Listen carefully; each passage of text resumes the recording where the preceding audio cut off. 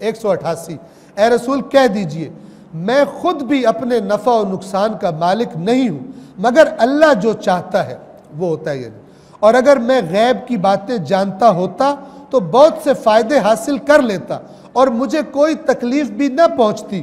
میں تو بس ایمان لانے والوں کو خبردار کرنے والا اور بشارت دینے والا ہوں.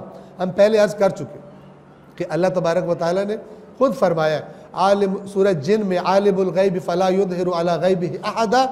اللہ عالم الغیب ہے اور اپنے غیب پر کسی کو مطلع نہیں کرتا الا من ارتضی من رسول مگر اپنے اس برگزیدہ رسول سے جس سے وہ راضی ہو. یعنی اپنے برگزیدہ بندوں کو اللہ تعالیٰ غیب عطا کرتا ہے لیکن جس طرح چاہتا ہے جتنا چاہتا ہے وہ عطا فرماتا ہے. اس آیت میں آپ غور کریں رسول اللہ فرما رہے ہیں کہ اگر قرآن کہہ رہے ہیں ان سے کہہ دیجئے اگر مجھے غیب کا علم ہوتا تو میں خیر اپنے لیے زیادہ کر لیتا اور کوئی بھی مصیبت مجھ پر نہ آتی.